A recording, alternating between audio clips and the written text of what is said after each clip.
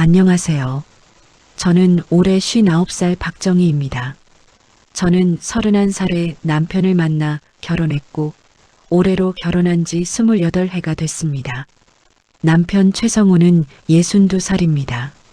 한 회사에서 30년 가까이 근무했고 이제 몇 년 안에 퇴직을 앞두고 있었습니다. 저희에게는 딸 하나와 아들 하나가 있습니다. 아이들은 모두 직장 생활을 시작하면서 집을 나갔고 지금은 남편과 저둘이 살고 있습니다. 아이들이 떠난 뒤 처음에는 집이 너무 조용했습니다. 하지만 시간이 지나면서 그 조용함에도 익숙해졌습니다. 아침이면 남편 출근을 챙기고 오후에는 장을 보고 저녁이면 함께 밥을 먹었습니다. 특별할 것 없는 생활이었습니다. 그런데 어느 순간부터 남편이 조금씩 달라졌습니다. 퇴근이 늦어졌고 주말에도 집을 비우는 일이 많아졌습니다. 휴대전화도 예전과 달랐습니다. 식탁에 아무렇지 않게 올려놓던 휴대전화를 어느 순간부터 손에서 놓지 않았습니다. 제가 물으면 늘 같은 대답이었습니다. 회사 일이 좀 많아. 저는 그 말을 믿었습니다. 30년 가까이 한 직장에서 일한 사람이니 정말 일이 많을 수도 있다고 생각했습니다. 그날도 평범한 평일 저녁이었습니다. 저는 남편이 좋아하는 된장찌개를 끓이고 생선 한 토막을 구웠습니다. 남편은 평소보다 늦게 들어왔습니다. 외투를 벗어 의자에 걸고 식탁에 앉았는데 이상하게 젓가락을 들지 않았습니다. 왜 그래요? 어디 아파요? 남편이 고개를 저었습니다. 아니, 그런데 한참 동안 아무 말이 없었습니다. 저는 남편의 얼굴을 바라봤습니다. 그때 남편이 조용히 입을 열었습니다. 정희야. 네. 나 당신한테 할 말 있어. 이상하게 가슴이 철렁했습니다. 남편은 식탁 위에 놓인 물컵을 한참 바라봤습니다. 그리고 아주 담담한 목소리로 말했습니다. 우리 이혼하자. 저는 그 말을 듣고도 한동안 뜻을 이해하지 못했습니다. 뭐라고요? 남편은 다시 말했습니다. 나 이혼하고 싶어. 28회 동안 함께 살아온 남편이었습니다. 그런 남편의 입에서 나온 그 한마디가 그날 저녁 제 인생을 완전히 다른 방향으로 돌려놓았습니다. 저는 남편에게 다시 물었습니다. 갑자기 왜 이래요? 남편은 고개를 숙였습니다. 갑자기 아니야. 오래 생각했어. 얼마나 오래요? 남편은 대답하지 않았습니다. 그 침묵이 이상했습니다. 저는 한참을 망설이다가 결국 가장 묻기 싫었던 질문을 꺼냈습니다. 다른 여자 있어요? 남편의 손이 멈췄습니다. 그리고 아주 잠깐 눈을 감았습니다. 그 순간 저는 알았습니다. 없다는 대답을 기다렸지만 남편은 그렇게 말하지 않았습니다. 있어. 그 한마디가 제 가슴을 그대로 찔렀습니다. 저는 아무 말도 하지 못했습니다. 남편은 오히려 차분하게 설명했습니다. 나도 이제 내 인생을 살고 싶어. 그 말을 듣는데 웃음이 나올 것 같았습니다. 저는 30년 가까이 누구를 위해 살았을까요? 아이들 키우고 남편 뒷바라지하고 시댁일 챙기고 남편이 아팠을 때 병원에 데려갔습니다. 그런데 남편은 이제 와서 자기 인생을 살고 싶다고 했습니다. 얼마나 만났어요? 남편은 잠시 망설였습니다. 3년 정도. 3년. 그 말을 듣는 순간 지난 3년이 한꺼번에 떠올랐습니다. 늦은 퇴근, 주말 외출, 휴대전화 비밀번호 변경, 갑자기 달라진 옷차림. 예전에는 뿌리던 향수도 아니었습니다. 그 모든 것이 이제야 하나의 그림처럼 맞춰졌습니다. 그런데 남편은 저에게 미안하다는 말보다 먼저 다른 이야기를 꺼냈습니다. 우리 집은 정리해야 할 것 같아. 저는 남편을 바라봤습니다. 집이요? 이혼하면 집도 나눠야 하잖아. 이상했습니다.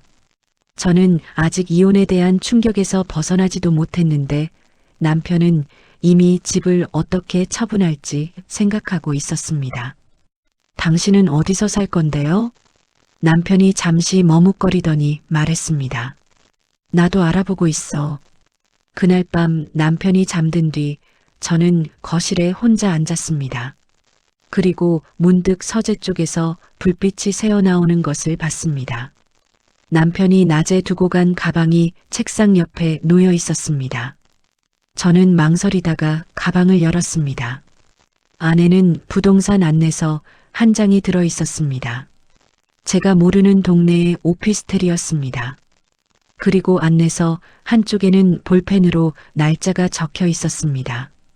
그 날짜는 이혼 이야기를 꺼내기 한 달 전이었습니다. 저는 종이를 내려놓았습니다. 그 순간 알았습니다. 남편의 이혼은 오늘 시작된 일이 아니었습니다. 제가 모르는 곳에서 이미 오래전부터 진행되고 있었습니다. 다음 날부터 저는 남편을 예전과 다르게 바라보기 시작했습니다. 예전에는 늦게 들어와도 걱정했습니다. 하지만 이제는 왜 늦는지 궁금했습니다. 주말에 나간다고 하면 어디에 가는지 생각했습니다. 남편은 제가 달라졌다는 걸 눈치챘는지 오히려 더 예민해졌습니다. 어느 날 남편이 말했습니다. 정희야, 집 문제는 빨리 정리했으면 좋겠어. 왜 그렇게 급해요? 서로 새로 시작해야 하잖아. 저는 조용히 물었습니다. 그 여자 때문이에요? 남편은 한숨을 쉬었습니다. 그 사람하고 살 생각이야. 그 말을 듣는데 이상하게 눈물보다 화가 먼저 났습니다. 남편은 이미 그 여자와 미래를 이야기하고 있었습니다. 퇴직하면 어디에서 살지, 생활비는 어떻게 할지, 여행은 어디로 갈지, 제가 모르는 곳에서 그런 이야기를 나누고 있었던 것입니다. 그런데 남편은 저에게 이렇게 말했습니다. 당신도 이제 나 없이 사는 연습을 해야지. 그 말이 너무나 뻔뻔하게 느껴졌습니다. 당신은 3년 동안 다른 여자 만나면서 나한테는 아무 말도 안 했잖아요. 당신도 알았으면 좋았겠어? 적어도 거짓말은 하지 말았어야죠. 남편은 오히려 얼굴을 굳혔습니다. 우리 사이가 예전 같지 않았던 건 사실이잖아. 저는 그 말을 듣고 한동안 남편을 바라봤습니다. 부부 사이가 예전 같지 않았다는 말.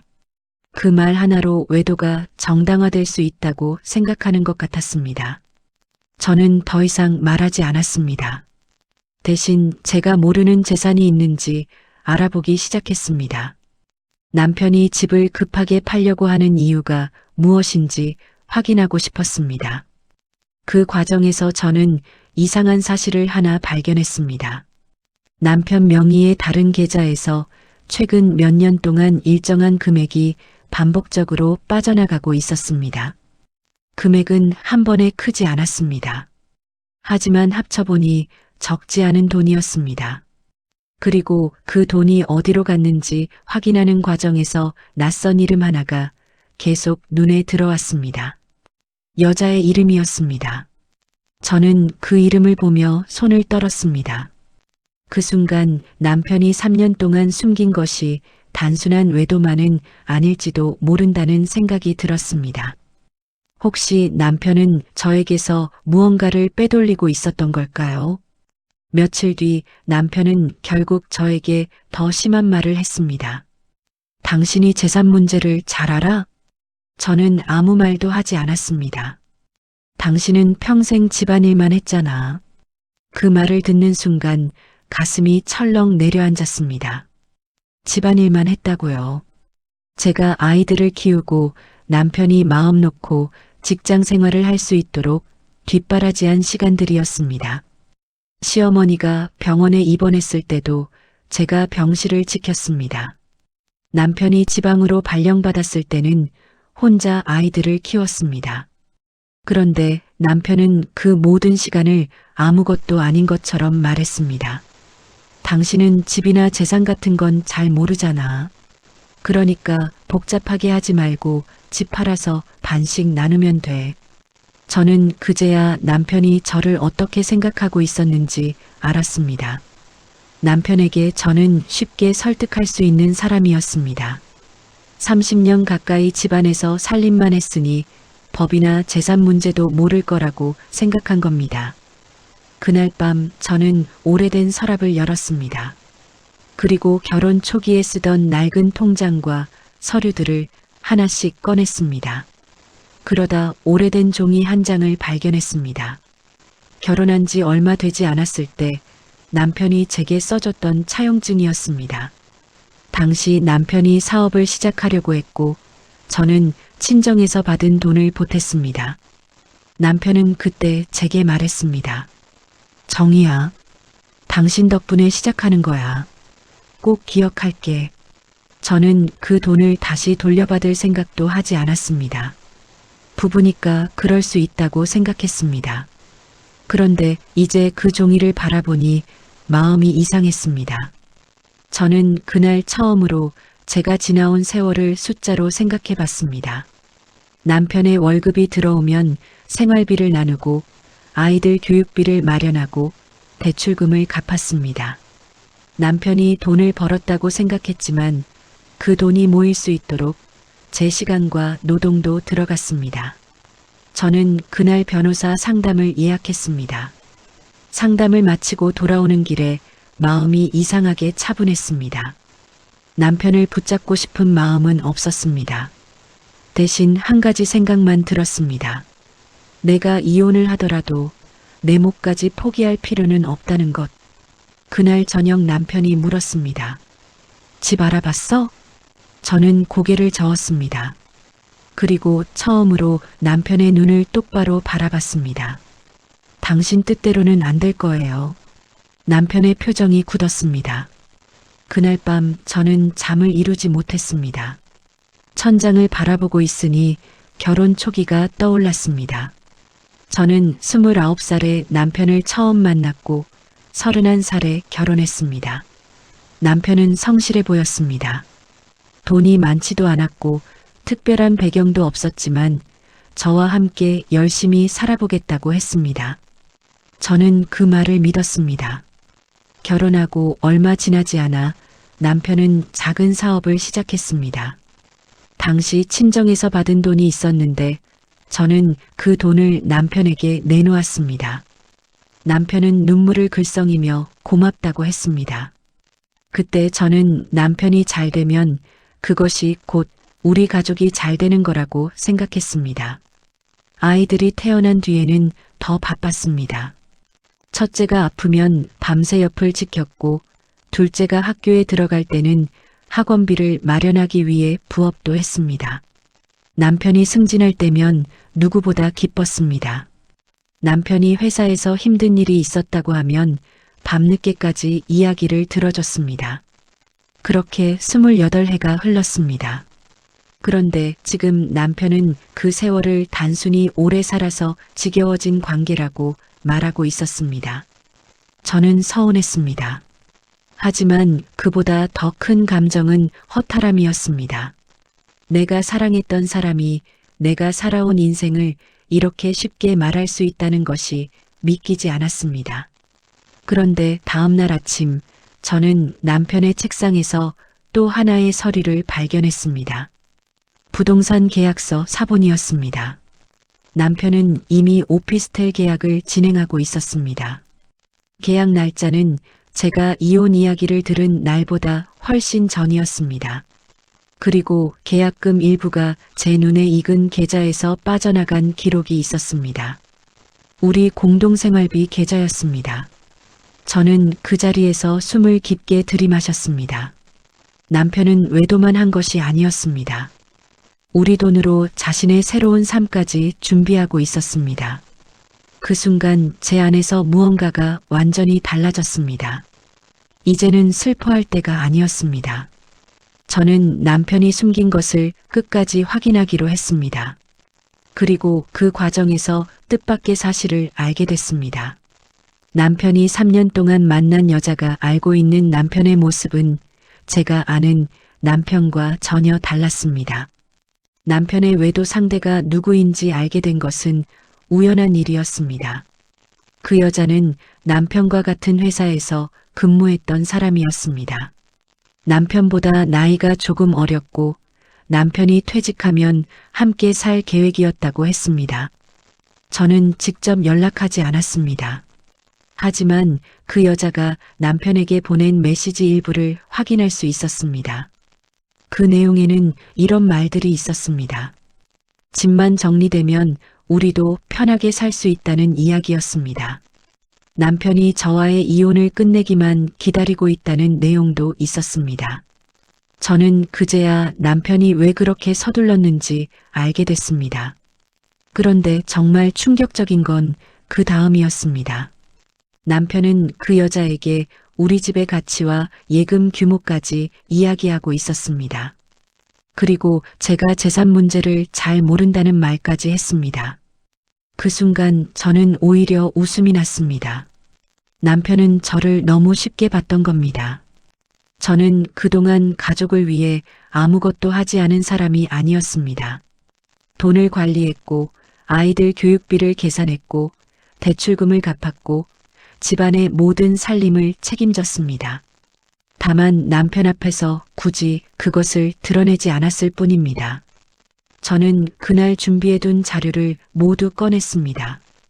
공동계좌 내역, 부동산 관련 서류, 남편이 옮겨놓은 돈의 흐름, 그리고 결혼 초기에 작성했던 차용증. 남편은 서류를 보면서 얼굴이 굳어졌습니다. 이걸 어디서 다 찾았어? 내가 30년 가까이 살림만 한 줄 알았어요? 남편은 아무 말도 하지 않았습니다. 저는 조용히 말했습니다. 당신이 다른 여자를 선택한 건 당신 마음이에요. 하지만 우리 돈으로 그 사람과 새로운 인생을 준비한 건 다른 문제예요. 남편은 변명하려 했습니다. 그 돈은 나중에 돌려놓으려고 했어. 언제요? 남편은 대답하지 못했습니다. 그날 저는 처음으로 남편에게서 두려운 표정을 봤습니다. 남편은 제가 끝까지 아무것도 모를 거라고 생각했던 것 같습니다. 하지만 이미 상황은 달라져 있었습니다. 저는 더 이상 남편에게 버림받은 아내가 아니었습니다. 제 인생을 지키기 위해 움직이는 사람이 되어 있었습니다. 이혼 절차는 생각보다 오래 걸렸습니다. 남편은 처음에는 쉽게 끝날 거라고 생각했습니다. 하지만 재산 내역을 확인하고 숨겨둔 자금까지 정리하는 과정에서 상황이 달라졌습니다. 저는 감정적으로 싸우지 않았습니다. 대신 필요한 자료를 하나씩 준비했습니다. 아이들도 아버지의 행동에 크게 실망했습니다. 어느 날 딸이 제 손을 잡으며 말했습니다. 엄마는 아무것도 잘못한 게 없어. 그 말을 듣는 순간 눈물이 났습니다. 저는 아이들에게 미안하다고 했습니다. 하지만 딸은 고개를 저었습니다. 엄마가 우리 때문에 계속 참고 살았던 게 더 마음 아파. 그 말에 저는 한참 동안 아무 말도 하지 못했습니다. 남편은 마지막까지 저에게 말했습니다. 정희야, 우리 좋게 끝내자. 저는 조용히 대답했습니다. 좋게 끝내고 싶었던 사람은 저였어요. 남편이 고개를 숙였습니다. 나는 당신을 원망하지 않아요. 하지만 다시 돌아가고 싶지도 않아요. 마침내 이혼 절차가 끝났습니다. 집과 재산도 법적인 절차에 따라 정리됐습니다. 남편이 처음 생각했던 것처럼 제가 아무것도 모른 채 넘어가지는 않았습니다. 남편이 준비했던 오피스텔도 결국 그가 혼자 책임져야 했습니다. 그리고 나중에 들은 이야기지만 남편과 그 여자의 관계도 오래가지 못했습니다.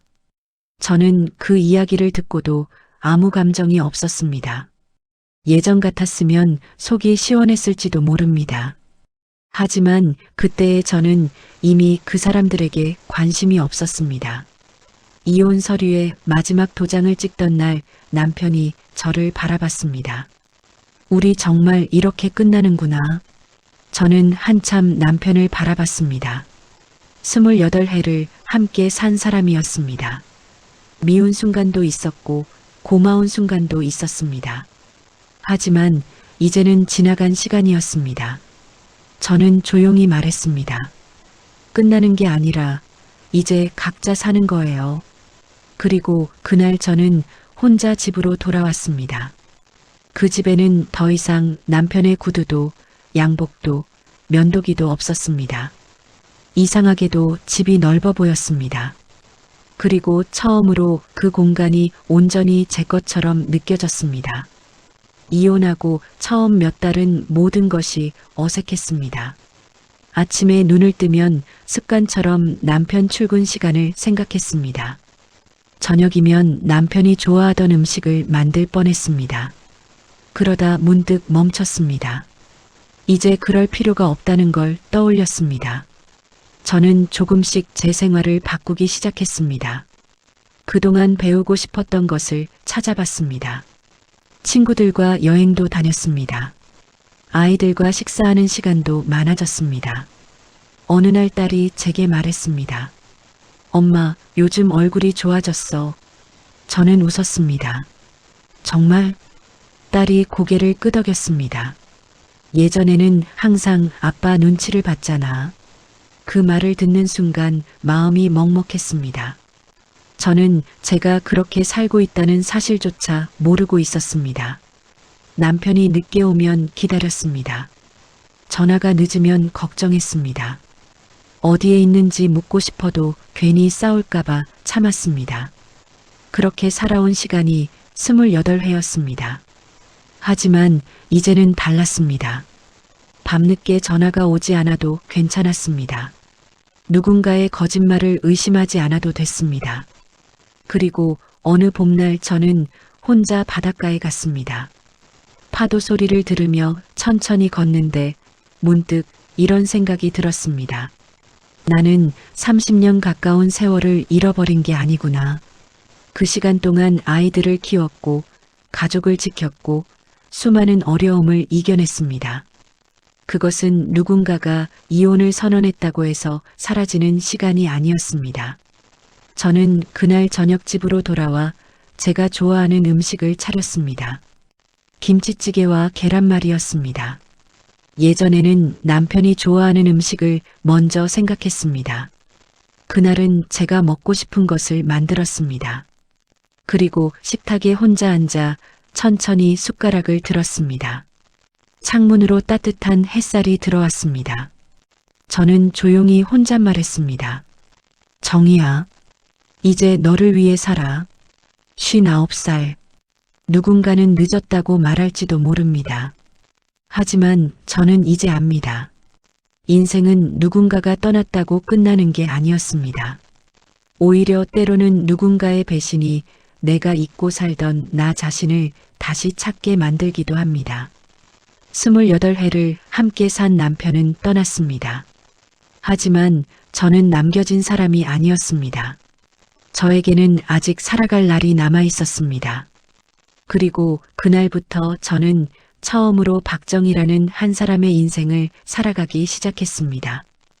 이 내용이 마음에 와닿았다면 구독과 좋아요로 응원해 주세요. 오늘 하루도 건강하고 행복하세요.